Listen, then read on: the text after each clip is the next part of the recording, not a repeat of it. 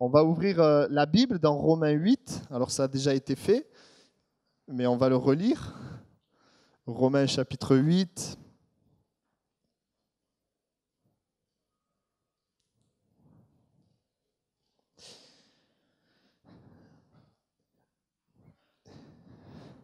Et nous commençons la lecture au verset 35.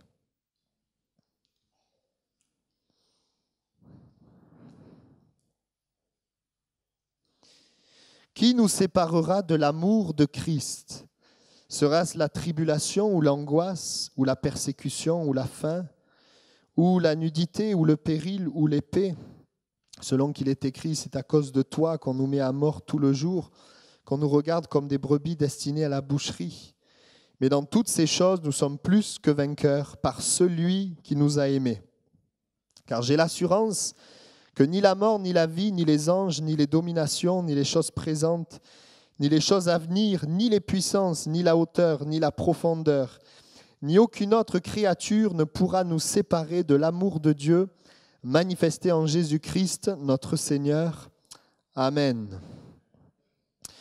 Je voudrais m'arrêter sur cette expression où il est dit « Dans toutes ces choses, nous sommes plus que vainqueurs par celui qui nous a aimés ». Le Seigneur, Dieu, notre Dieu, désire faire de nous des vainqueurs. Vainqueurs sur le péché, vainqueurs sur ce monde, vainqueurs sur les problèmes, les circonstances, les difficultés, vainqueurs sur la chair, sur l'égoïsme. Et la Bible nous dit que c'est par celui qui nous a aimés. Dieu trouve beaucoup d'hommes qui essaient d'aimer. Vous savez que l'homme a été créé à l'image de Dieu. Et comme Dieu est amour, l'homme est un être qui a besoin d'être aimé et qui veut aimer. Amen.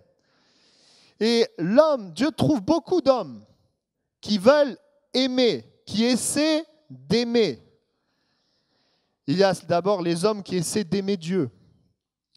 Des hommes, des femmes qui veulent aimer Dieu de tout leur cœur.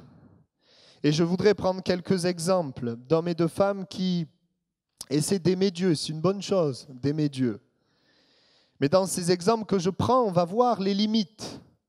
On va voir que malgré le fait qu'ils veulent aimer Dieu, il y a des choses étranges, il y a des choses dans le cœur qui ne correspondent pas à l'amour de Dieu. Je pense d'abord dans Luc au chapitre 15, on le prend ensemble.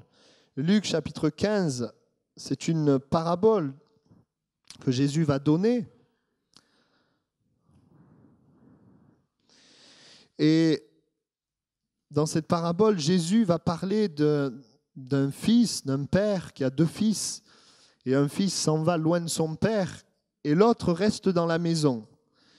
Et celui qui reste dans la maison, le verset 29, il nous est dit, il répondit à son père, « Voici, il y a tant d'années que je te sers sans avoir jamais transgressé tes ordres et jamais tu ne m'as donné un chevreau pour que je me réjouisse avec mes amis. » Voilà l'image d'un homme qui aime Dieu, qui essaie d'aimer Dieu, mais il n'y a pas de joie dans son cœur. Il y a une insatisfaction et il y a même une pauvreté. Il aime Dieu, mais c'est comme s'il ne recevait rien de Dieu. Parce qu'il dit, alors du Père, parce que c'est une parabole, il ne reçoit rien du Père, mais nous on peut le transposer avec Dieu. Il ne reçoit rien. Enfin, c'est ce qu'il dit. Pourtant, il est dans la maison et son Père dira, mais tu es avec moi, tout ce que j'ai est à toi. Donc, il essaie d'aimer, mais son cœur est vide. On peut être un croyant qui veut aimer Dieu, mais être vide, être insatisfait, ne pas être dans la joie. C'est à toi que Dieu veut parler ce matin. Il y a également un autre exemple dans Matthieu chapitre 26. Matthieu chapitre 26.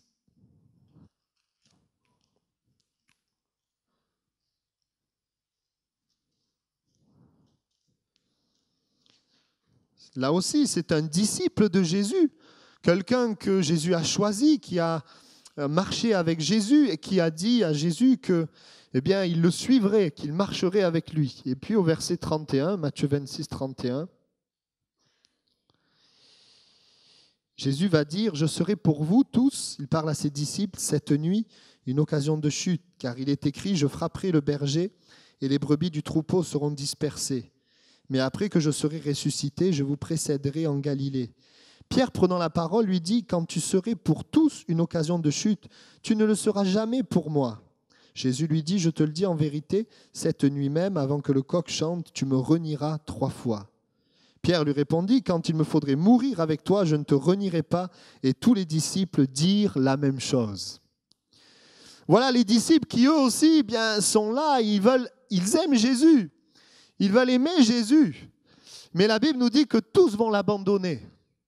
Comme si leur amour pour Jésus était limité. Et Dieu, oui, il trouve des hommes, des femmes qui veulent l'aimer.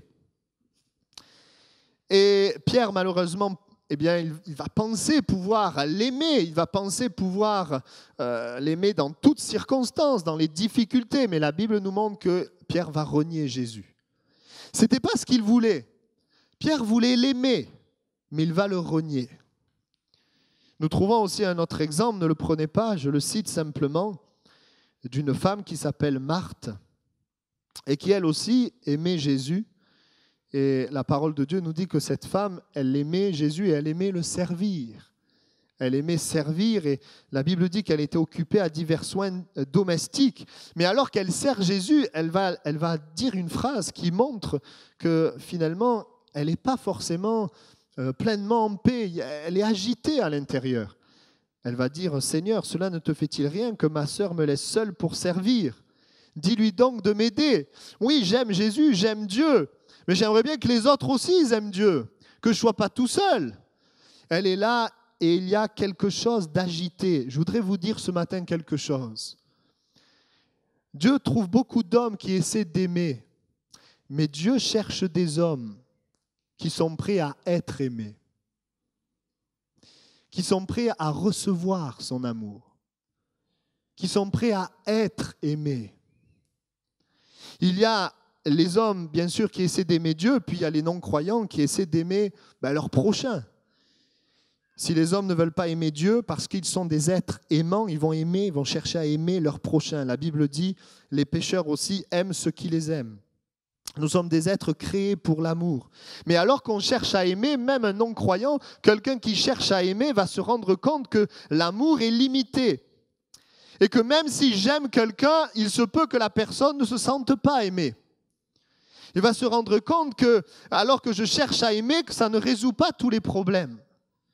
Se rendre compte qu'en cherchant à aimer, on se prend des coups, on a des échecs, des déceptions, on finit par se renfermer, on crée une carapace, on se renferme sur soi-même.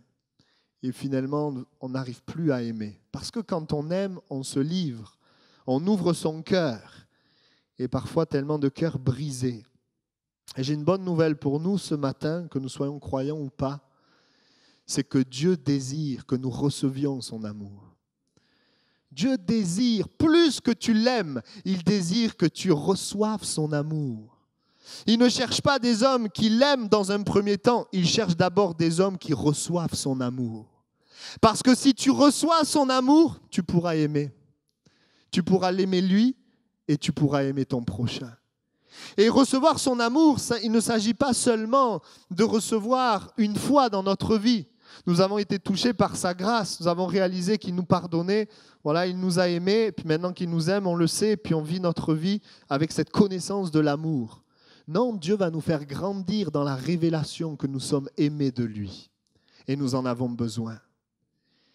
Il cherche des hommes qui sont prêts à être aimés. Et alors que je reprends cette parabole du fils prodigue, oui, il y avait ce frère qui essayait d'aimer, mais qui était insatisfait, mais il y avait un autre frère qui, lui, n'a pas essayé d'aimer, qui, lui, s'est laissé aimer.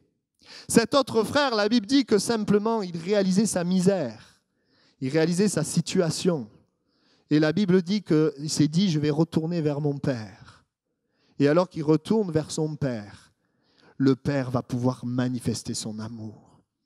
Et ce jeune homme va recevoir, va se laisser aimer, va laisser le Père restaurer sa vie.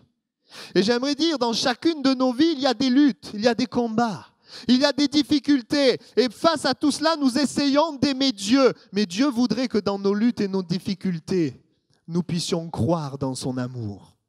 Nous puissions accepter et croire qu'il nous aime là, dans ce que nous traversons, que nous plaçons notre confiance dans son amour, car nous le verrons tout à l'heure, il y a dans l'amour de Dieu une puissance. Le jeune homme Ce jeune homme qui va dire « J'ai péché contre le ciel et contre toi, je ne suis plus digne d'être appelé ton fils ». Le Père qui va se réjouir, qui va restaurer, qui va pardonner, qui va rétablir ce fils. Je reprends maintenant l'exemple de Pierre. Pourquoi Pierre a vécu une telle chute? Il a renié Jésus 3 fois. Pourtant, il aimait Jésus. Les disciples aimaient Jésus.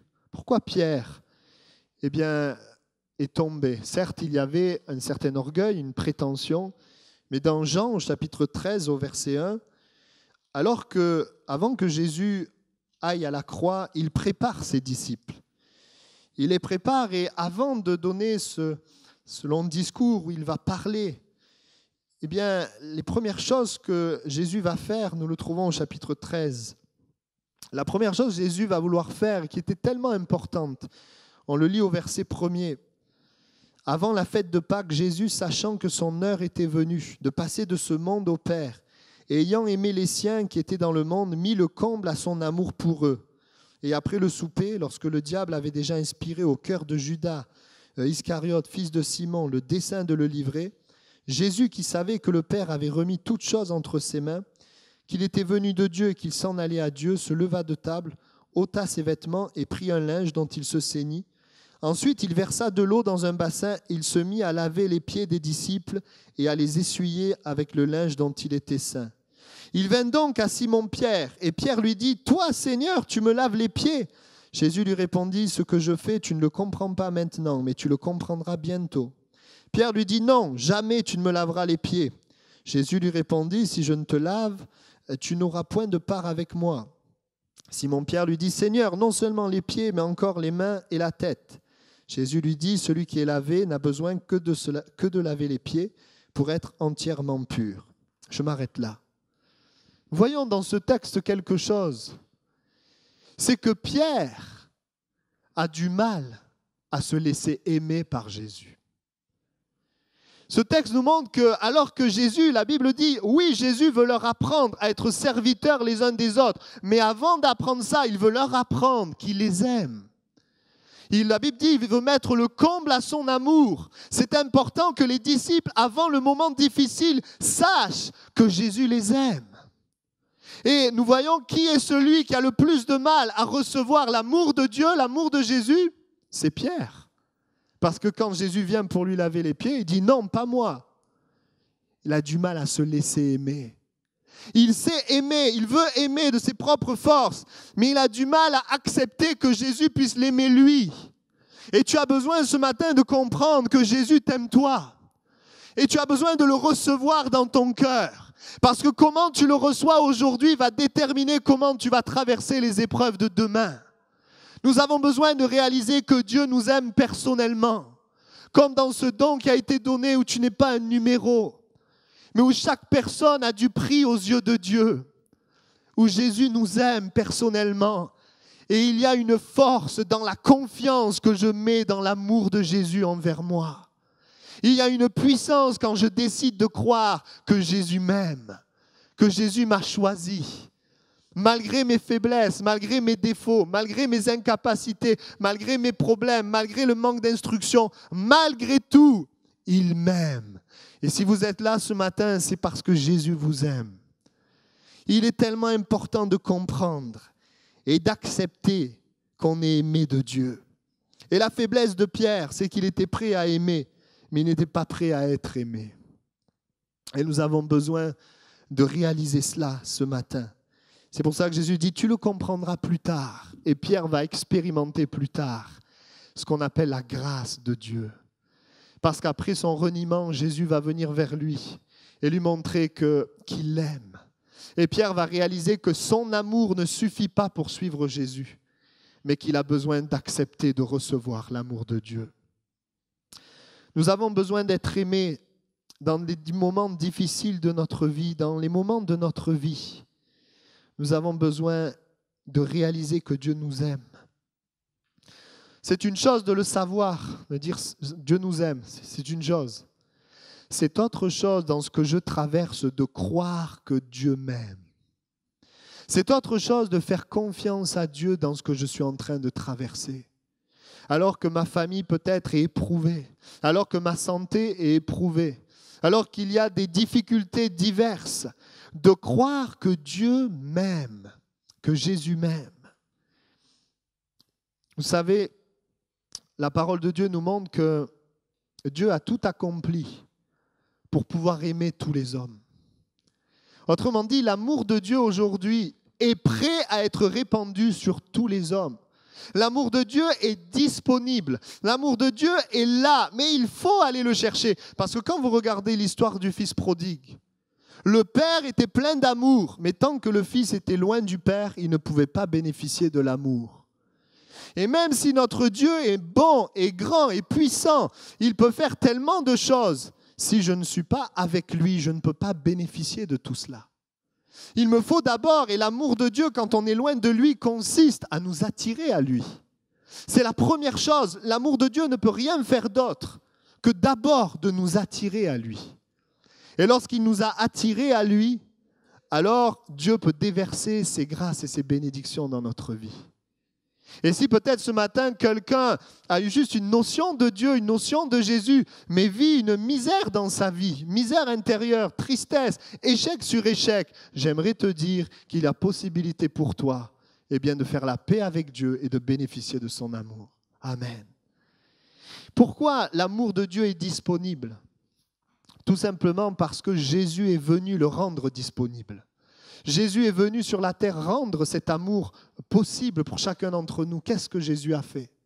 Jésus a donné sa vie sur la croix et il a réglé le problème qui nous séparait de l'amour de Dieu, le problème du péché. Jésus a donné sa vie. Et en donnant sa vie, tous ceux et celles qui décident, qui choisissent de se confier en lui peuvent bénéficier de son amour. Et plus que le bénéficier, à un moment donné, peuvent vivre et marcher dans son amour. C'est ce que Dieu a. Et quand nous regardons la Bible, nous voyons comment Dieu est plein de grâce et d'amour envers même un peuple pécheur, prêt à pardonner, prêt à renouveler sa grâce, prêt à transformer, à changer. Il le dira dans Isaïe ou dans Jérémie, ce verset bien connu, j'ai des projets de paix et de malheur, non de malheur, mais des projets de paix et d'espérance. Il parle à qui ? Il parle à un peuple qui s'est éloigné. Et j'aimerais te dire ce matin, Dieu a des projets de paix pour ta vie. Dieu n'a pas des projets de paix seulement pour ceux qui marchent avec lui. Dieu a aussi des projets de paix pour ceux qui sont loin de lui. Mais avant que cela puisse s'accomplir, il veut d'abord t'attirer à lui. La Bible dit qu'il nous attire par des cordages d'amour. Le Seigneur connaît ta misère, il connaît ton problème, il connaît tes difficultés, il connaît tes combats. Et il a son amour qui est là, disponible. C'est ce qu'on appelle la grâce. La faveur imméritée. Recevoir son amour. Nous le voyons dans la vie de Jésus. Lorsque nous regardons la vie de Jésus, avant que Jésus manifeste la puissance de Dieu, avant que Jésus même soit éprouvé dans le désert et remporte la victoire dans le désert face aux tentations, il y a une chose que nous voyons, c'est que la voix du Père s'est fait entendre. Et a dit, voici mon fils bien-aimé, en qui j'ai mis toute mon affection. Jésus lui-même savait que son Père l'aimait. Et c'est cela qui était juste, ce moment où le Saint-Esprit descend sur lui, le Saint-Esprit, puissance de Dieu, pour manifester le royaume de Dieu. Mais pour cela, nous avons besoin de réaliser, d'accepter, de croire, de recevoir que nous sommes des enfants bien-aimés de Dieu. Tu es un enfant, une enfant bien-aimée de Dieu. Dieu t'aime. Jésus savait, voici mon fils bien-aimé en qui j'ai mis toute mon affection. Sais-tu que Dieu t'aime, Dieu se réjouit, Dieu prend plaisir en toi. Si bien sûr tu as donné ta vie à Jésus. Oui, il nous aime, il prend plaisir en nous. Il aime aussi les pécheurs, il les attire à lui. Jésus lui-même, il savait que son Père l'aimait. Vous savez, nous allons le voir tout à l'heure, l'amour est une puissance. C'est une puissance de vie, l'amour de Dieu. Plusieurs pensent qu'être chrétien, c'est adopter une religion ou faire des choses pour Dieu. Être chrétien, c'est avant tout se laisser aimer par Dieu. Recevoir son amour qui ensuite nous donne la force de l'aimer et d'aimer notre prochain. Nous faisons bien souvent Nous essayons, je pense, ceux qui essayent de faire des choses pour Dieu et qui luttent, essayent de faire plein de choses. J'aimerais te dire, tu vaux plus que ce que tu fais. Tu as plus de valeur. Parfois, nous existons parce que nous faisons. Mais Dieu voudrait que nous réalisions qu'il nous aime. Et quand nous recevons son amour, eh bien, nous faisons aussi pour lui, nous le servons. Nous prenons plaisir à le servir, mais nous ne le servons pas pour qu'il nous aime. Non, c'est parce qu'il nous aime que nous le servons. Amen. Parfois, on veut donner des choses à Dieu pour essayer de gagner quelque chose. J'aimerais te dire, tu as plus de valeur que ce que tu peux donner à Dieu. Ta vie a plus de valeur que ce que tu peux lui donner. Et ce que le Seigneur désire, c'est qu'on accepte, qu'on croit qu'il nous aime, qu'on le reçoive. On essaie parfois de mériter l'amour de Dieu. Je voudrais aussi vous dire que c'est Jésus qui l'a mérité pour nous. Personne ne mérite l'amour de Dieu, mais Jésus l'a mérité pour nous en donnant sa vie à la croix du Calvaire. Et alors que nous venons à lui, son amour se manifeste en nous. Je voudrais voir avec vous ce matin qu'il y a une puissance lorsque tu acceptes que tu es aimé. Parfois, nous sommes là dans notre vie, nous cherchons toutes sortes de solutions. Nous cherchons à avancer avec Dieu, nous cherchons à avancer dans notre contact avec Dieu, dans le témoignage, dans notre vie. Nous voulons que les choses avancent, nous luttons. Le Seigneur voudrait que nous réalisions ce matin qu'il y a une puissance dans le fait d'être aimé de Dieu. Tout le salut, toute la puissance salvatrice de Dieu vient de son amour. Si aujourd'hui les hommes peuvent être sauvés, c'est parce que Dieu a tant aimé le monde qu'il a donné Jésus.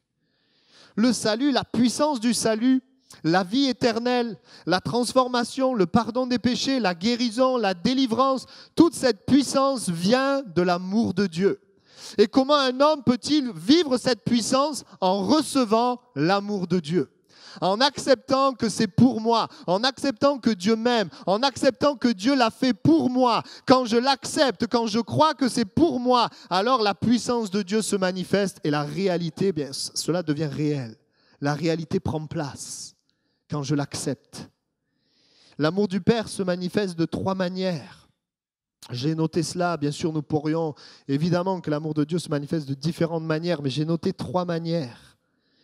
On le trouve dans cette histoire du fils prodigue, donc c'est ce fils qui revient vers le Père, et la Bible nous dit que le Père va revêtir le fils d'une robe, d'un anneau et des souliers. Et dans ces symboles, nous voyons derrière l'amour de Dieu, qu'est-ce que c'est qu'être aimé de Dieu ? Eh bien, être aimé de Dieu, d'abord, c'est comprendre que Dieu pourvoit. C'est accepter la provision de Dieu dans notre vie. Si tu vis une difficulté et que tu crois vraiment que Dieu t'aime, alors tu crois que Dieu pourvoit dans ta difficulté. Si tu vis une difficulté, tu sais que Dieu t'aime, mais tu n'y crois pas vraiment, eh bien tu penses que tu es tout seul dans ton problème. La véritable foi dans l'amour de Dieu croit que Dieu pourvoit, que Dieu a une provision pour mon problème, que Dieu n'est pas dépassé, mais que mon problème est son problème parce que je suis fils et fille de Dieu. Amen. La provision, cette provision, Dieu pourvoit. Il y a également la protection, deuxièmement. Il veille sur moi, il me garde, il me protège. Et puis il y a ce que j'appellerais troisièmement la fidélité, il est toujours là. Il ne m'abandonne pas, il marche avec moi. Il est fidèle, que je le sente ou je ne le sente pas, dans les bons, dans les mauvais jours, comme quand on se marie. Normalement, on est fidèle jusqu'à la fin. Un engagement, autrement dit, Dieu est engagé envers toi. Dieu a fait alliance envers toi. Quand Dieu dit « je fais alliance », il demeure, il reste ferme. Le seul qui peut sortir de l'alliance, c'est toi. Dieu ne sortira pas, parce que Dieu est fidèle. Amen. Il est bon de savoir que Dieu est fidèle. Dieu nous protège. Dieu nous garde. Notre vie est dans ses mains. La Bible dit aucune tentation ne nous est survenue qui n'ait été humaine, mais Dieu qui est fidèle ne permettra pas que vous soyez tentés au-delà de vos forces. Mais avec la tentation, il préparera aussi le moyen d'en sortir et le moyen de la supporter. Ça, c'est l'amour de Dieu. Est-ce que dans ma vie, est-ce que dans mes combats, est-ce que je crois que Dieu pourvoit? Est-ce que je crois que Dieu me protège? Est-ce que je crois? Je crois quoi? Que Dieu est fidèle. Est-ce que je le crois? L'ennemi, quand un homme, une femme donne sa vie à Jésus, l'ennemi ne peut pas enlever la réalité de l'amour de Dieu. Il ne peut pas enlever l'engagement de Dieu. Il ne peut pas enlever. Donc qu'est-ce qu'il fait? Il met le doute. Il met le doute dans ta vie sur l'amour de Dieu envers toi. Il te dit, regarde aux circonstances, Dieu t'a abandonné. Il met le doute. C'est pour cela qu'il faut que nous sachions que nous sommes aimés de Dieu, que nous sommes protégés, nous sommes gardés, qu'il est fidèle, qu'il ne faillira pas. Nous trouvons aussi ces aspects dans l'histoire de Méphibosheth. L'amour de David envers Méphibosheth. Méphibosheth qui était un homme perclus des pieds et qui était de la maison de Saül, la maison qui était ennemie de la maison de David. Et alors qu'il est là, David devient roi, il est en danger. Et la Bible nous montre que David va manifester l'amour de Dieu envers Méphibosheth. Qu'est-ce qu'on trouve dans l'amour de David envers Méphibosheth? Ces trois aspects dont j'ai cités. Vous trouvez d'abord la protection. Le pauvre Méphibosheth a peur quand David vient lui dire de venir. Il le convoque, il croit qu'il va mourir parce qu'il est de la maison de Saül. Mais David lui dit, ne crains pas. Dieu voudrait te dire, ne crains pas. Non, avec moi, tu vas être protégé. Tu as changé de camp. Lorsque tu as donné ta vie à Jésus, tu es passé du royaume des ténèbres dans le royaume de lumière. Ce monde est sous la puissance de Satan. Ce monde n'a pas d'assurance, mais tous ceux et celles qui se confient en Dieu, Dieu est assez grand, assez puissant pour nous garder dans un monde dans lequel nous vivons, un monde comme cela. Il est assez puissant. Et donc, il y a la protection. Qu'est-ce qu'il y a également? Il y a la fidélité. David dit, tu seras toujours à ma table. Toujours. Il dira ceci, tu mangeras toujours à ma table. Je serai fidèle. Je ne vais pas te laisser. Je ne vais pas manifester ma bonté un temps dans ta vie et t'abandonner. Dieu est fidèle. Et puis, il pourvoit. Je te rendrai toutes les terres de Saül et tu mangeras. Il pourvoit la provision. Et je te pose la question ce matin et c'est ma prière. Que tu ne sois pas de ceux qui disent, je sais que Dieu m'aime. Mais dans ce que tu traverses, dans ce que tu vis, que ce soit pour l'œuvre de Dieu ou que ce soit des combats, est-ce que tu crois ce matin que Dieu pourvoit? Est-ce que tu crois ce matin que Dieu te protège? Est-ce que tu crois ce matin que Dieu est fidèle et qu'il ne faillira pas? Qu'il est avec toi, quel que soit ce que tu ressens? Est-ce que tu le crois, tu le reçois? Si tu le crois, il y a une puissance de vie qui va commencer à se manifester. Quelque chose qui va se produire. Parce que j'accepte d'être aimé. Et alors que nous connaissons 1 Corinthiens 13 qui nous parle de l'amour de Dieu, qui n'est pas l'amour humain, un amour parfait, un amour puissant, eh bien j'aimerais vous dire, peut-être que vous ne l'avez jamais fait, mais quand vous parlez, quand on voit l'amour de Dieu d'1 Corinthiens 13, l'amour est patient, l'amour est plein de bonté, etc., eh bien on se l'applique pour dire, voilà, il faut que je sois patient, il faut que je sois plein de bonté, et on a raison, parce qu'il faut qu'on ressemble à Jésus. Mais est-ce que tu as pensé que cet amour-là, c'est l'amour dont Dieu t'aime? Quand il est dit que l'amour est patient, ça veut dire que Dieu est patient envers toi. Quand la Bible dit que l'amour est plein de bonté, ça veut dire que Dieu est plein de bonté envers toi. Et qu'est-ce que fait l'ennemi? Il envoie toutes sortes de pensées. Toutes sortes de pensées. J'ai noté, quand on dit l'amour est patient,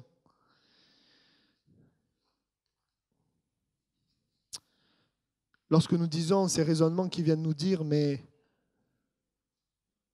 j'ai trop péché, je me suis tellement trompé, j'ai fait trop d'erreurs, Dieu est lointain. C'est là que tu dois croire que Dieu est patient. Accepter que Dieu est patient envers toi. Et que le Seigneur est toujours prêt à pardonner, à nous transformer. Lorsque tu dis, mais je ne vais rien recevoir de Dieu pour toutes sortes de raisons.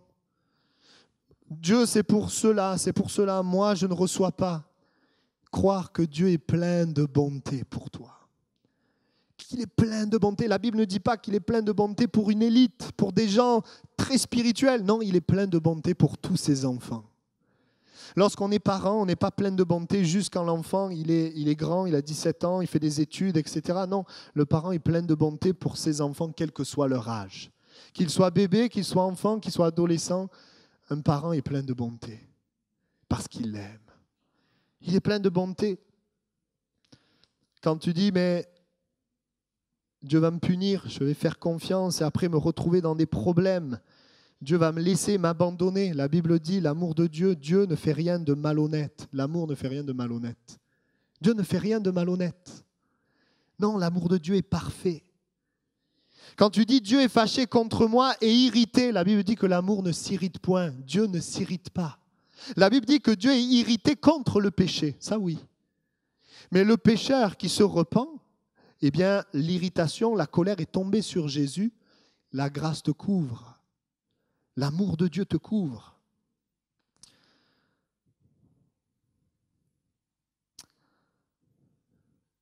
Quand tu vois le nombre de tes problèmes, de tes difficultés, la Bible dit l'amour excuse tout, supporte tout. Dieu supporte tout, excuse tout.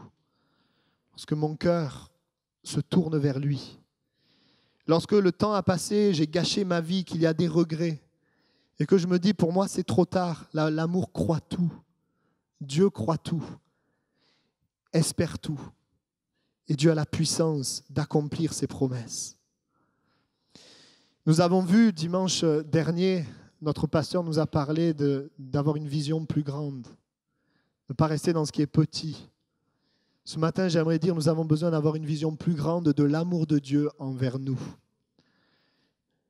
Accepte que le Seigneur t'aime. Commence à proclamer qu'il prend plaisir en toi. Commence à accepter dans ton cœur que Dieu t'est favorable, que Dieu veut t'aider. L'amour, c'est aussi, et nous allons le voir, l'amour de Dieu, c'est aussi de nous éduquer, de nous enseigner.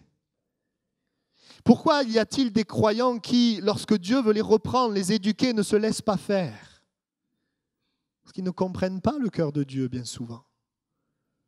Dieu voudrait nous enseigner, nous faire grandir, nous faire avancer. Mais pour cela, nous devons être conscients que tout ce qui vient, tout ce qui est là dans notre vie, c'est pour notre bien. Toute chose concourt au bien de ceux qui aiment Dieu. Et le bien, c'est de nous changer à l'image de Christ. Et si nous sommes conscients que Dieu nous aime, eh bien dans les moments où Dieu nous reprend, eh bien nous ne serons pas de ceux qui s'irritent, de ceux qui abandonnent, qui fuient, mais nous serons de ceux qui disent « Seigneur, merci, parce que tu me changes et tu me transformes. » Qu'est-ce qui fait qu'un croyant se laisse transformer ou pas? De saisir et de comprendre, de voir au-delà de la souffrance, de voir ce que Dieu est en train de faire, de voir son amour qui est derrière, son cœur de Père qui s'occupe de nous, qui nous change et qui nous transforme parce qu'il veut nous amener dans une vie de repos. Vous avez la branche qui se fait émonder. La branche peut voir deux choses. Soit elle voit le couteau qui l'émonde. L'image des croyants, quand Dieu les reprend, ils voient tout de suite comme le couteau, comme quelque chose de négatif. Ou alors, la branche qui voit au-delà du couteau, elle voit le fruit qu'elle va porter en étant émondée. Et c'est cela. Au-delà des difficultés, au-delà de ce que le Seigneur peut peut-être vouloir changer en nous, de voir le fruit que cela va porter dans ma famille, de voir le changement que ça va produire dans mon caractère, de voir le changement que ça va produire dans ma vie, de me laisser émonder. Les événements de notre vie ne sont pas là au hasard, mais Dieu veut nous enseigner pour nous transformer. Bien souvent, notre combat, nous combattons contre les choses, nous combattons face aux réalités, aux difficultés. Mais le véritable combat, vous savez, c'est de faire confiance à Dieu en toutes circonstances. C'est de garder confiance en lui. Nous pouvons marcher dans notre vie chrétienne. Eh bien, aimer Dieu. On est conscient que Dieu nous aime, mais aimer Dieu et puis vivre une vie chrétienne, nous marchons toujours dans la peur de pécher. Nous l'aimons, nous ne voulons pas pécher, et c'est une bonne chose, évidemment. Nous ne voulons pas pécher, mais notre attention est focalisée sur cela, sur le péché. Nous ne voulons pas pécher, mais malheureusement, nous péchons. Parfois, nous péchons. Pourquoi? Dieu voudrait qu'on soit absorbé plus par son amour que par le péché. Si nous regardons à son amour nous donne la puissance de ne pas pécher. Son amour nous donne la force de ne pas pécher. Son amour, lorsque nous recevons son amour, nous sommes capables d'aimer. Il y a une puissance. Paul dira à Timothée, fortifie-toi dans la grâce qui est en Christ. Dans la grâce, dans l'amour qui est en Christ, il y a une force. Il dit, fortifie-toi là, dans la grâce qui est en Christ. Un jour, un homme avait une grosse veste, et c'est une histoire. Et puis, le vent, la pluie et le soleil voulaient faire que cet homme abandonne sa veste, son manteau, son anorak. Alors le vent a commencé à souffler sur cet homme. Et cet homme, au lieu d'enlever la veste, il s'est accroché à sa veste parce qu'il avait froid. La pluie a commencé à tomber aussi. Et puis l'homme, bien, il s'est accroché à sa veste et il a mis la capuche parce qu'il pleuvait. Et puis le soleil, lui, il a commencé à briller fort. Et l'homme, il a commencé à avoir chaud et il a enlevé sa veste. Vous savez, cette veste, c'est le péché. Et le vent, la pluie, c'est tous nos efforts, tout ce que nous pouvons essayer de faire pour vaincre le péché. Le soleil, c'est l'amour de Dieu. L'amour de Dieu qui te fait abandonner le péché. La chaleur, cet amour qui transforme ta vie, qui change ta vie, te permet de prendre des décisions que tu ne peux pas arriver à prendre tout seul. La Bible nous dit que l'amour parfait bannit la crainte, car la crainte suppose un châtiment et celui qui craint n'est pas parfait dans l'amour. Évidemment que l'amour de Dieu va avec la crainte de Dieu, ce respect de Dieu, ce sérieux de Dieu. Mais Dieu ne nous appelle pas à être dans la peur, il nous appelle à être dans la confiance. Christ, à la croix du Calvaire, a tout accompli pour faire de nous des vainqueurs. La confiance dans sa victoire et dans son amour. Je vais bientôt terminer. Lorsque nous recevons l'amour, il y a une puissance pour davantage reconnaître Jésus. Reconnaître Jésus dans notre vie, reconnaître sa voix. La Bible nous parle d'un homme, un des disciples qui s'appelait Jean. Et la Bible dit de lui, le disciple que Jésus aimait. Alors, ça ne veut pas dire que Jésus, il aimait plus Jean que les autres, mais Jean, lui, il se savait plus aimer de Jésus que les autres. C'est comme si Jean avait une révélation plus grande de l'amour de Jésus envers lui. C'est un petit peu ce dont on est en train de parler ce matin. Dieu voudrait faire de nous des gens, des personnes qui sont conscients de l'amour de Jésus. Donc, il est parlé du disciple que Jésus aimait. Et c'est beau de voir que lorsque Jésus est mort, il ressuscite. Quand Jésus veut se faire connaître qu'il est loin et qu'ils sont là, il y a Pierre, il y a Jean, des disciples. Le premier qui reconnaît Jésus, eh bien, c'est Jean. C'est lui qui va reconnaître. Le premier à sauter dans l'eau, ça c'est Pierre, qui est prêt à aimer, comme on l'a vu. Mais celui qui reconnaît que c'est Jésus, c'est Jean. Parce que celui qui est aimé de Jésus, il reconnaît davantage Jésus. Il entend la voix de Dieu. Il reconnaît la voix de Dieu. Dans sa relation, eh bien, il entend des choses que les autres n'entendent pas. La proximité. Et d'ailleurs, quand Jean a écrit les épîtres, il parle bien sûr de l'amour. Recevoir son amour va donner vie à la prière et à la parole. Parfois, nous voulons prier, mais nous n'avons pas de force. Nous n'avons pas de force. Mais quand, avant de prier, nous sommes conscients que Dieu nous est favorable, quand, avant de prier, nous sommes conscients que Dieu nous aime, qu'il m'aime, qu'il veut me parler, alors la vie de prière change. Quand nous sommes conscients qu'au-delà de tout ce que je suis, Christ a accompli un sacrifice parfait pour me permettre d'accéder à Dieu, alors la vie de prière change. Quand nous sommes aimés de Dieu, nous avons aussi une puissance pour aimer les hommes et pardonner les hommes. Nous ne pouvons pas pardonner si nous-mêmes, nous ne réalisons pas que Jésus nous a pardonné. Quand tu réalises que Jésus a pardonné une dette que tu ne pouvais pas payer, nous ne pouvions pas nous sauver nous-mêmes. Nous n'avions aucune solution. Mais Jésus a accepté de donner sa vie pour que nous soyons sauvés. Quand tu réalises cet amour, alors tu es rendu capable d'aimer et de pardonner. Rendu capable de relâcher ceux qui ont fait du mal. D'être libre dans ton cœur de la rancune, l'amertume, la colère, la haine, l'irritation, les blessures. Recevoir l'amour nous permet d'être vainqueurs. Il nous est dit dans 2 Samuel, « Il me délivra de mon adversaire puissant, de mes ennemis qui étaient plus forts que moi. Il m'avait surpris au jour de ma détresse, mais l'Éternel fut mon appui. Il m'a mis au large, il m'a sauvé parce qu'il m'aime. » C'est parce qu'il m'aime. Je suis conscient de son amour. Gédéon, Jephthé, ils avaient des contextes difficiles, de petitesse.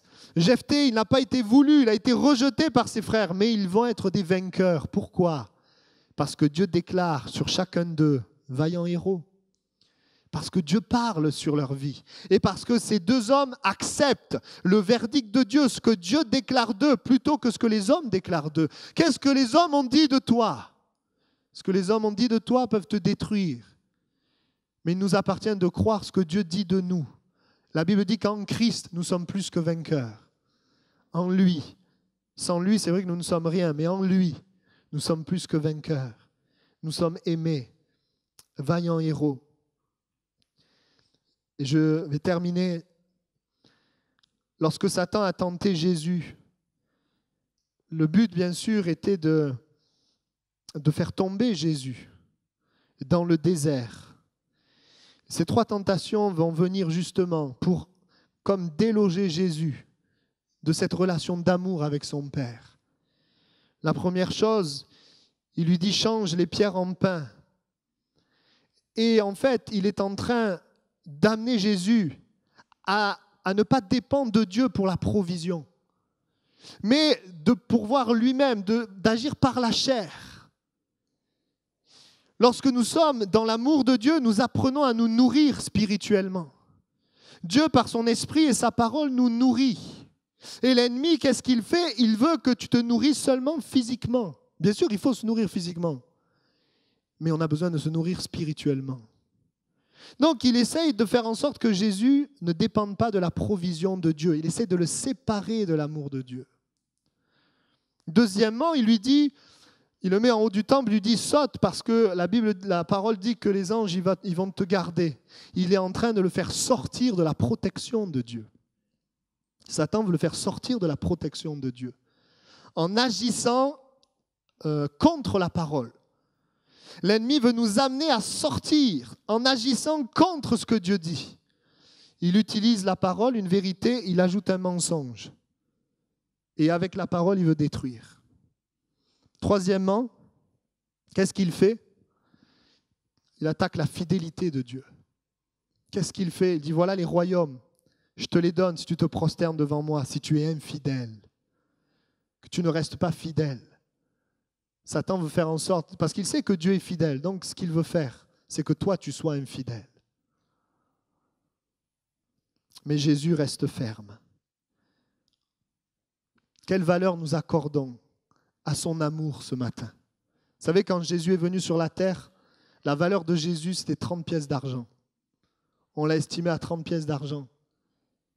Mais il est venu sur la terre parce que nous avions une valeur inestimable aux yeux de Dieu. Et il a donné sa vie. Nous ne valons pas 30 pièces d'argent, mais nous valons le sacrifice de Jésus. Nous valons tellement cher. Et Jésus n'est pas mort pour que ta vie soit misérable. Jésus n'est pas mort pour que tu restes dans tes combats et dans tes luttes. Mais Jésus est mort pour que tu vives dans l'amour de Dieu. Que tu vives en communion avec l'amour de Dieu. Nous allons prier ensemble.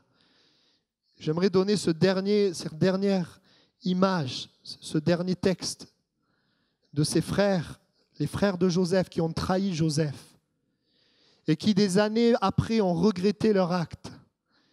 Et la Bible nous dit que quand Jacob, leur père, est mort, ils avaient bien sûr demandé pardon à Joseph et ils avaient accepté, il semblerait qu'ils avaient accepté l'amour, le pardon de Joseph.